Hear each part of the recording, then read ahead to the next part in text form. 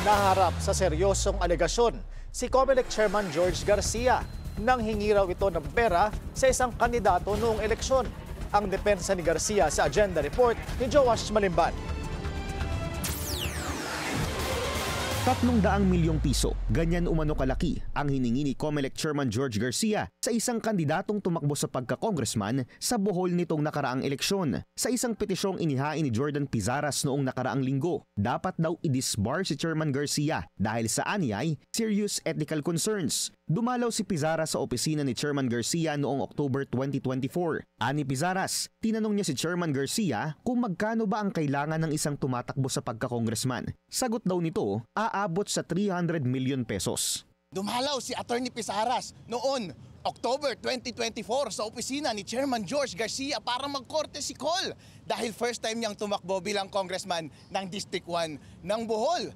At tinanong niya lang si Chairman George Garcia, meron po ba kaming assurance na maipapatupad natin ng maayos ang lahat ng ating election laws ngayong election process na ito? Ang sagot ni Chairman George Garcia ayon sa petisyon ni Attorney Pizaras ay, ilan ba ang botante mo sa iyong distrito? Ang sabi, 300,000 po. Ang sagot ni Chairman George Garcia, kailangan mo ng 300 million pesos para manalo! Mariin itong pinabulaanan ni Chairman Garcia at sinabing hindi ganoon ang naging takbo ng kanilang usapan noong Oktubre. Ani Garcia, tila misunderstood siya ni Pizaras nang sumagot ito sa kung magkano ang ginagastos ng isang kandidato. Hindi raw siya humingi ng pera kundi nagsabi lang ng kanyang professional opinion bilang isang former election lawyer.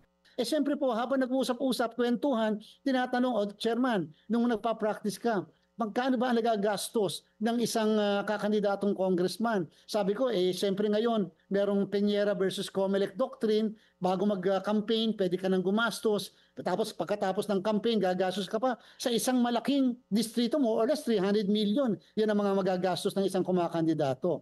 Dagdag pa ni Garcia, hihigpitan na raw nila sa susunod ang pagdalaw ng mga kandidato sa kanyang opisina para maiwasan ang ganitong klase ng mga misunderstanding. Para sa agenda, Joash Malimban, Billionaire News Channel.